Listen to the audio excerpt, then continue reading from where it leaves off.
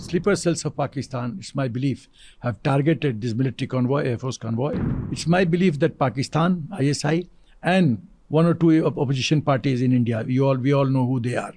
They have combined together to try and dent the image of Honorable Prime Minister of India, Mr. Narendra Modi ji. These are all the games being played by Pakistan ISI. यहाँ पर मैं कहूँगा पाकिस्तान की जो कायराना हरकत है वो यहाँ पर कहीं ना कहीं गेम खेल रहे हैं। पाकिस्तान नहीं चाहता कि यहाँ पे किसी तरीके की इलेक्शन हो और लोगों को ये लगे कि नॉर्मलसी आ गई है।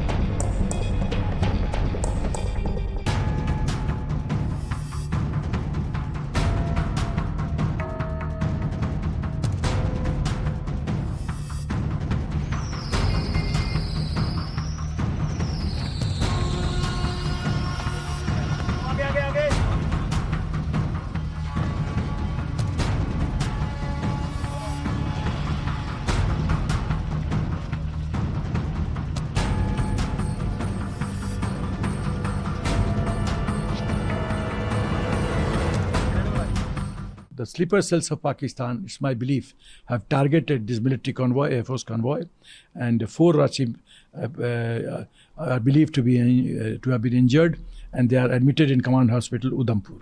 It is very sad commentary. Look at the timing of this attack. It is election time, and it's my belief that Pakistan, ISI, and one or two opposition parties in India, we all know who they are. They have combined together to try and dent the image of Honorable Prime Minister of India, Mr. Narendra Modi ji, so that his image gets dented. We are talking about peace. Also, another angle to this is that in Jammu and Kashmir also, Lok Sabha election is going to take place. So that is also the angle that you create chaos. You drive fear in the minds of people. You dent the image of Honorable Prime Minister of India. These are all the games being played by Pakistan ISI. As long as the sleeper cells exist in Jammu and Kashmir, these sorts of incidents will continue to happen.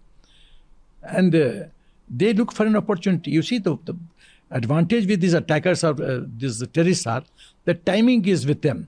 They know when to attack, where to attack, how to attack. This is not known to defender. So this is the game being played by Pakistan. And it's my recommendation that time now has come that within 25 kilometers from the border, whichever are Pakistan outposts, military outposts, we should target them, use our heavy artillery, and just bombard them. If the matter escalates, let it be so. Let it be so. But Pakistan must get a message that the cost of inflicting terrorism on India, the cost will be very high. एक बार फिर कहीं ना कहीं जम्मू कश्मीर की शांति लोगों को पसंद नहीं आ रही है। एयरफोर्स के कॉन्वॉय पर सुरनकोट इलाके में हमला हुआ, कुछ जवान घायल हुए। यहाँ पर देखा जाए तो एक तरफ इलेक्शन का माहौल है, दूसरे जम्मू कश्मीर में बड़ी शांति आ गई है। टूरिस्ट जा रहे हैं, होटल फुल हैं, लोगों को आमदनी हो रही है, काम धंधा मिला हुआ है, स्कूल खुले हुए हैं, कॉलेज खुले हुए हैं, पढ़ाई हो रही है। ये बात रास नहीं आ रही। यहाँ पर मैं कहूँगा पाकिस्तान की जो कायराना हरकत है वो यहाँ पर कहीं ना कहीं गेम खेल रहे हैं, तो ये किसी तरह से फेल हो जाएंगे। राष्ट्रीय राइफल ने ऑपरेशन शुरू कर दिया और आई एम श्योर कि कुछ ना कुछ वहाँ सक्सेस मिलेगी, आगे ढूंढा जाएगा और सीमा पर भी चौकसी पूरी तरह से है।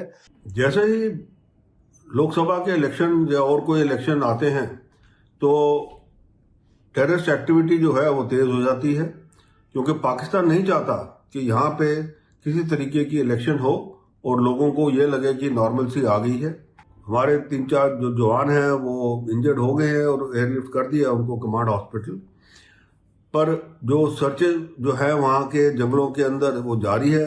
हमारे जो आर्मी और बाकी सिक्योरिटी फोर्सेस हैं वो लगे हुए हैं और जल्दी ये जो टेररिस्ट हैं ये धर पकड़ करके इनको एलिमिनेट किया जाएगा।